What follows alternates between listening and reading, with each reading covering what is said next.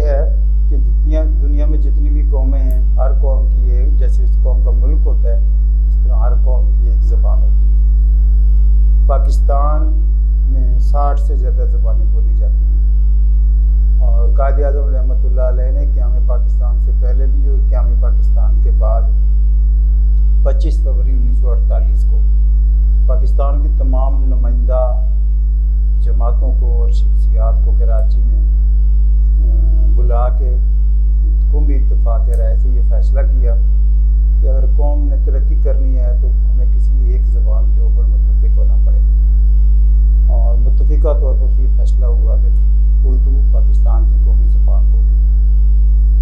اور اسی شام کو وزیر اعظم لیاقت علی خان صاحب نے اس کو قانون ساز اسمبلی میں یہ ایجنڈے پہ رکھا، اور قانون ساز اسمبلی نے اس کو منظور کر لیا کہ یہ پاکستان کی قومی زبان اردو ہو۔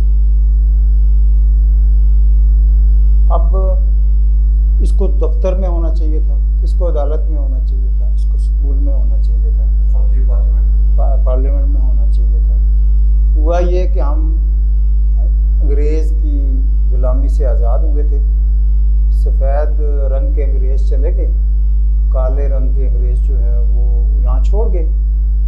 وہ ایک کلچر تھا لاٹ صاحب کا کہ وہ ایک غلام قوم کے اوپر کس طرح حکمرانی کرتے ہیں۔ یعنی آپ نے یہ سنا ہوگا کہ برطانیہ جب کے افسران جب بر صغیر سے واپس گئے تو انہوں نے ان کو پینشن دے کے گھر بھیج دیا کہ آپ کے طور اتوار ایک آزاد قوم کے ساتھ چلنے والے نہیں ہیں۔ تو ہمیں پھر وہ بیوروکریسی ملی کہ جو کالے انگریز تھے انہوں نے انگریزی کو زبان کو ایک ہتھیار کے طور پر استعمال کیا، اور اس میں وہ حکمرانی کرنے لگے۔ اور آج تک یعنی 1948 کو قائد اعظم رحمۃ اللہ علیہ کے حکم اور قانون ساز اسمبلی کی قانون سازی کے باوجود پھر 1956 کا دستور بنا، پھر 1964 کا دستور بنا۔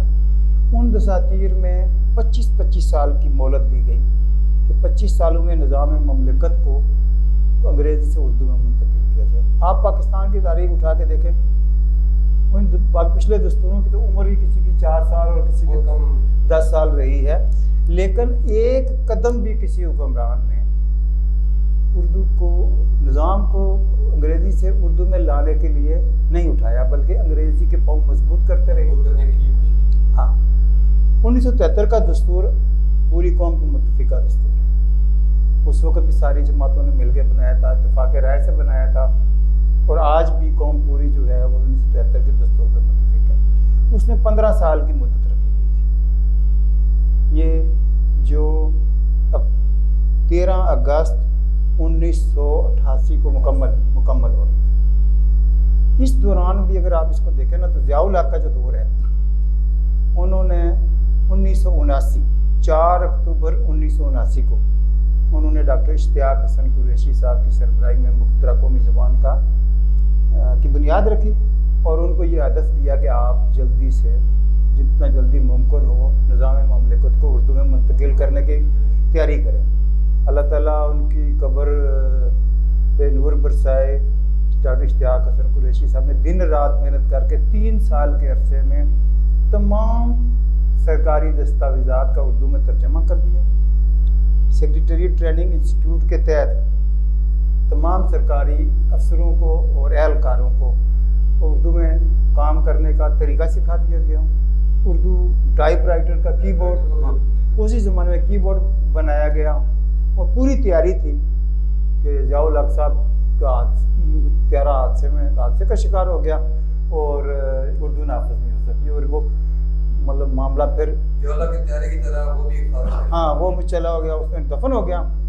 اس کے بعد لوگوں نے ڈیمانڈ کرنا شروع کی، مطالبات مختلف علاقوں سے لوگوں نے۔ ڈاکٹر عبداللہ سید پنجاب یونیورسٹی کے استاد تھے، انہوں نے ایک بڑی مہم چلائی اس کے لیے، لیکن کہیں سنوائی نہیں ہوئی۔ پھر لوگ عدالتوں میں جانے لگے۔ 2002 میں جو مقدمہ دائر ہوا تھا، پہلے وہ ہائی کورٹ میں رہے ہیں، پھر سپریم کورٹ میں آئے۔ وہ مقدمات 12-13 سال عدلیہ نے ڈمپ رکھے ہیں، زیر التوا مقدمات میں ڈال دیا، ان کی سماعت ہی نہیں ہوئی۔ اللہ تعالیٰ زندگی دے ڈاکٹر جسٹس دوست محمد خان، وہ چیف جسٹس بنے، انہوں نے پرانے سارے مقدمات کو کھولا، اس میں یہ دفن تھا، ہاں یہ مقدمہ بھی تھا۔ انہوں نے اس کو جسٹس جواد احمد خواجہ کی سربراہی میں ایک 3 رکنی بینچ بنایا، اس نے چند ماہ میں اس کا فیصلہ کر دیا، اور بڑا اسٹرانگ فیصلہ ہے۔ حکومت نے بعد میں کوشش کی تھی کہ اس کی ریویو پٹیشن میں جائے، اس میں کوئی کمی زیادتی ہو سکے، لیکن اس میں گنجائش نہیں تھی، اور وہ اسی طرح اب بحال ہے۔ لیکن جسٹس جواد احمد خواجہ جب تک رہے ہیں چیف جسٹس، تھوڑی دیر ہی رہے تھے، اس وقت نواز شریف صاحب کی حکومت تھی، انہوں نے ایک قلیل المدتی اور ایک طویل المدتی فہرست دی تھی، سپریم کورٹ میں کمٹمنٹ جمع کرائی کہ ہم 3 مہینوں میں یہ کام کریں گے اور 3 سالوں میں یہ کام کریں گے، اور پورا نظام جو ہے وہ اردو میں چلا جائے گا۔ پھر ایک 3 رکنی کمیٹی بنائی، انہوں نے اپنے مشیر اطلاعات، مجھے بڑے کالم نگار ہیں، مجھے نام بول رہا ہوں ان کا، صدیقی صاحب، عرفان صدیقی صاحب کی سربراہی میں، کہ جو وزارتوں میں نفاذ اردو کے کام کی نگرانی کرے گی اور ان کو رہنمائی کرے گی۔ جتنی دیر تو جسٹس جواد احمد خواجہ چیف جسٹس رہے، اتنی دیر تو اس کی بڑی تیزی سے کام ہوتا رہا، لیکن کام وہ بھی انگریزی میں ہوتا تھا۔ خط لکھتے تھے وزارتوں کو، جی آپ نے اردو کتنی نافذ کر لی ہے، وہ خط انگریزی میں آتا تھا۔ تو لیکن جسٹس جواد احمد خواجہ کی ریٹائرمنٹ کے بعد وہ اس حکومت نے بھی اس کو مڑ کے دفن کر دیا، اور نفاذ اردو کی جو کوششیں اور کام ہو رہا تھا اس کو وہ وہیں روک گیا۔ اب اس فیصلے نے مجھ سمیت پورے پاکستان کو ایک نئی سوچ دی، یعنی میں الحمدللہ ابتدا ہی سے قومی زبان کا حامی ہوں، اور میں اپنا کاروبار 2003 سے کرتا ہوں۔ میں نے اپنے کاروبار میں کوئی لفظ، کوئی لیٹر پیڈ، کوئی تعارف کارڈ، کوئی چیز میں نے انگریزی میں نہیں کبھی چھپوائی، اپنا سارا میں نے اس کو ہی اختیار کیا ہوا ہے۔ لیکن اس فیصلے نے مجھے بالکل چکا کے رکھ دیا، اور اس فیصلے میں کہ بیک گراؤنڈ میں جو چیزیں لکھی ہوئی ہیں نا وہ بڑی الارمنگ ہیں۔ انہوں نے کہا کہ یہ جو دوسری زبانوں کا استعمال ہے یہ آج کوئی نیا نہیں ہے۔ اس فیصلے کی ابتدائیہ میں لکھا ہوا ہے کہ انگریز جب حکومت کرتے تھے یعنی وہاں، تو انہوں نے لاطینی زبان کو دستوری اور قانونی زبان بنایا ہوا ہے تاکہ عام لوگوں کو نہ پتہ چل سکے کہ حکومت کیسے ہوتی ہے اور یہ امور مملکت کیسے چلتے ہیں۔ انہوں نے کہا استعمار کا یہ پرانا طریقہ ہے۔ ہندوستان میں جب ہندو کی حکومت تھی تو انہوں نے ہندی کے بجائے سنسکرت کو دفتری زبان اور عدالتی زبان بنائے رکھا تاکہ وہ مخصوص لوگوں تک ہی طرز حکومت جو ہے وہ رہے۔ اب یہی طریقہ بھی پاکستان جب بنا، وہی غلامی کو ہم آگے یہاں لے آئے، اور آج تک ہم انگریزی کو ترجیح دے رہے ہیں۔ اس کا نتیجہ کیا ہے؟ یعنی آج پاکستان معاشی طور پر جس پسماندگی کا شکار ہے، سیاسی طور پر جس ٹوٹ پھوٹ کا شکار ہے، اور تعلیمی طور پر ہم دنیا کے جو ترقی پذیر ملک ہیں نا ان کے آخری درجے پر بیٹھے ہیں۔ اس میں رکاوٹیں کیا ہیں؟ میں بتا دوں آخری درجے پہ بیٹھے ہیں۔ اگر کچھ اقدام نہ اٹھایا گیا تو ہم پہنچ جائیں گے یہ جو دنیا کے سب سے زیادہ پسماندہ ترین یہ گانا اور اس طرح کے جو ممالک ہیں، ایتھوپیا، ادھر پہنچنے میں بہت تھوڑا سا وقت رہ گیا ہے۔ یعنی تعلیمی طور پر ہم آگے جانے کے بجائے سب سے پیچھے کھڑے ہیں، 192 نمبر کے اوپر ہیں ہم۔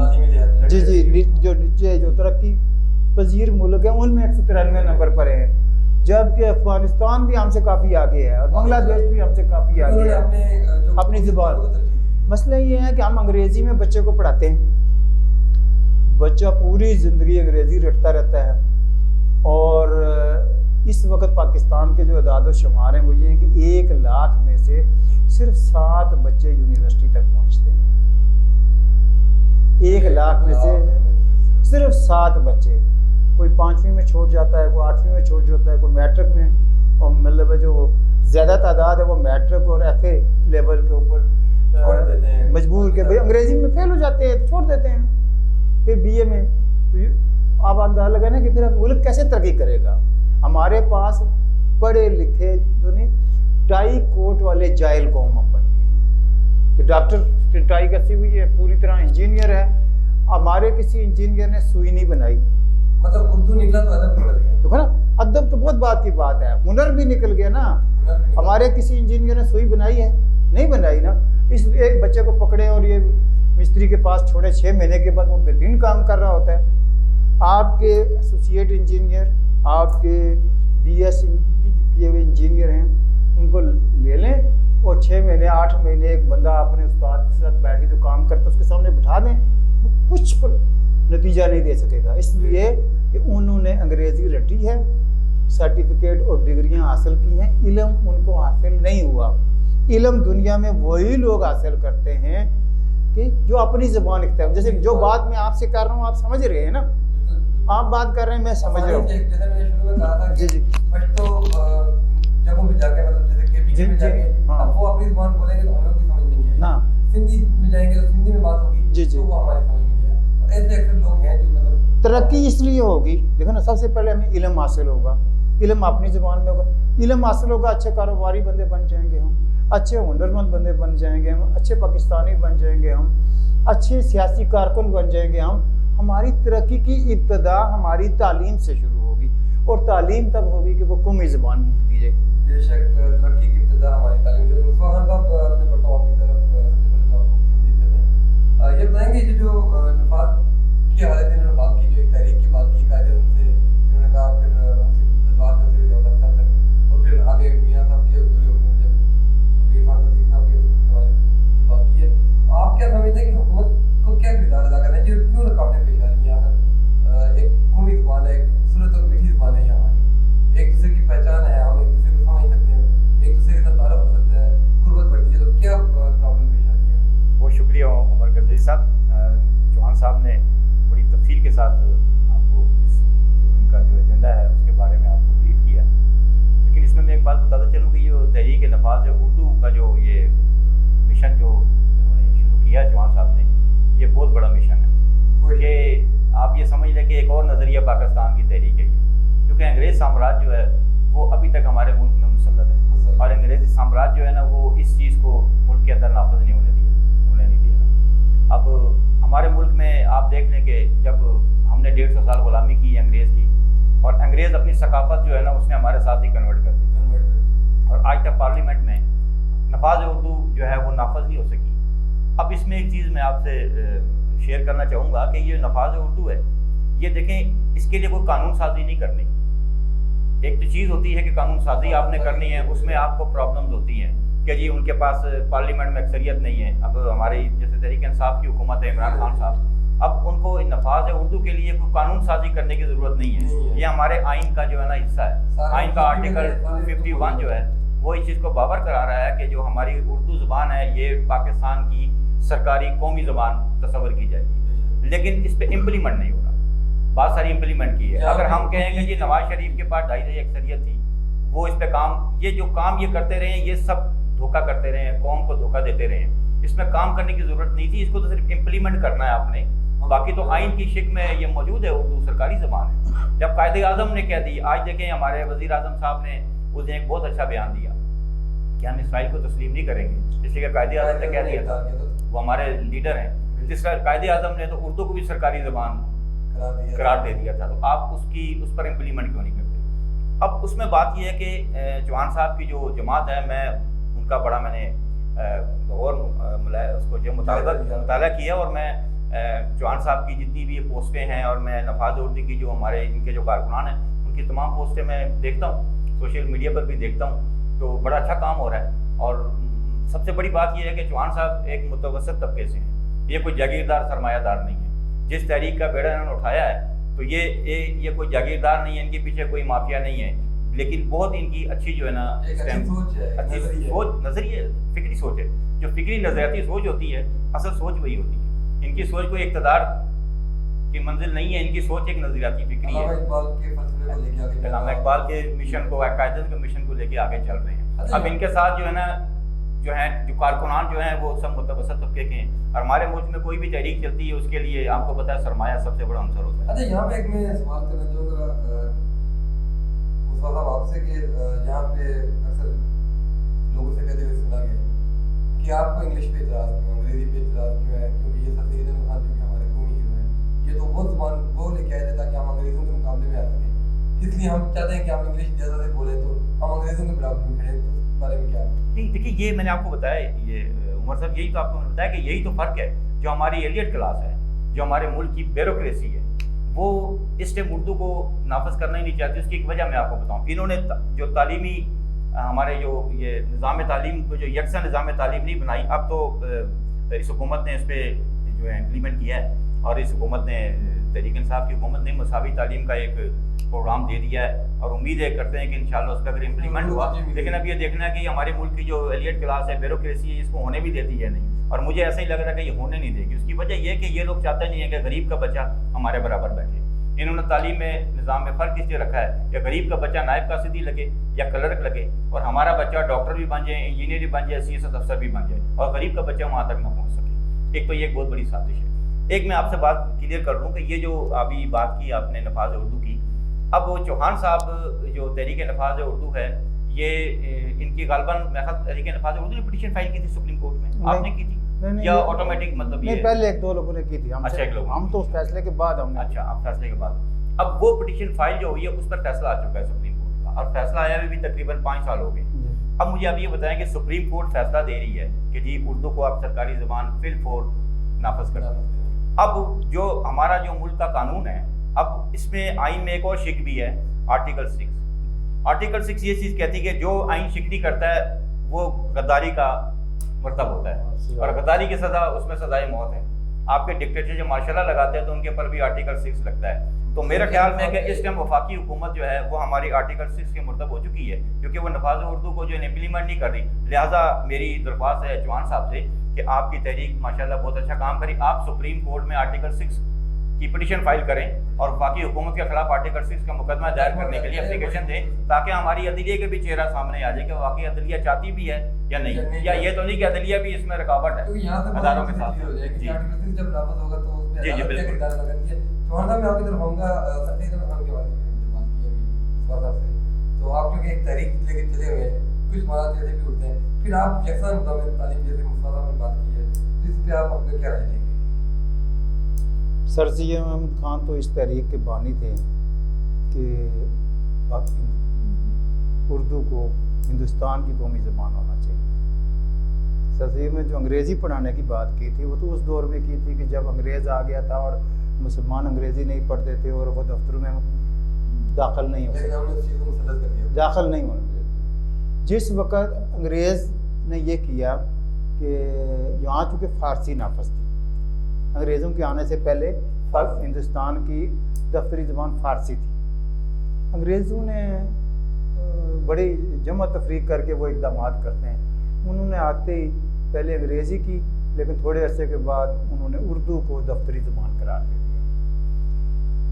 چند سال یہ چلی تو ہندو کھڑے ہو گئے جی کہ اس کا رسم الخط تبدیل کریں، سنسکرت میں لکھیں، چونکہ ہندی اور اردو تو ایک ہی چیز ہے، صرف مسئلہ تو فرق تو رسم الخط کا تھا، ہاں رسم الخط کا تھا اور لہجے کا فرق ہے، جیسے مطلب کراچی والے اردو اور طرح بول رہے ہیں، لکھنؤ والے اور بولتے ہیں، ہم اور طرح سے بولتے ہیں۔ تو انہوں نے یہ تحریک چلائی، اس پہ ریکارڈ پر یہ چیزیں موجود ہیں کہ سر سید احمد خان نے تحریک تحفظ اردو قائم کی، ان کے 4-5 دوستوں نے، انہوں نے ایک یادداشت انگریز کو پیش کی، انگریزی حکومت کو، کہ آپ اردو کو ڈسٹرب نہ کریں، سنسکرت رسم الخط رائج نہ کریں۔ انہوں نے کہا اگر یہ تنازع کھڑا ہوا، بالکل واضح لکھا ہے انہوں نے، اگر یہ تنازع کھڑا ہوا تو میں اس ملک کو 2 حصوں میں بٹتا دیکھ رہا ہوں۔ یعنی اس زمانے کی بات ہے جب تحریک پاکستان کا کوئی ذکر ہی نہیں تھا، بہت پہلے، ہاں ذکر ہی نہیں تھا۔ انہوں نے کہا اگر یہ سنسکرت کا جھگڑا شروع ہو گیا تو میں یہ دیکھ رہا ہوں کہ ہندوستان جو ہے وہ 2 ٹکڑوں میں بٹ جائے گا، اس لیے یہ بات تو بالکل یعنی ہے ہی نہیں۔ وہ انگریزی پڑھنے کے حامی تھے، انگریزی پڑھنے کے ہم بھی حامی ہیں کہ میرے بچے نے اگر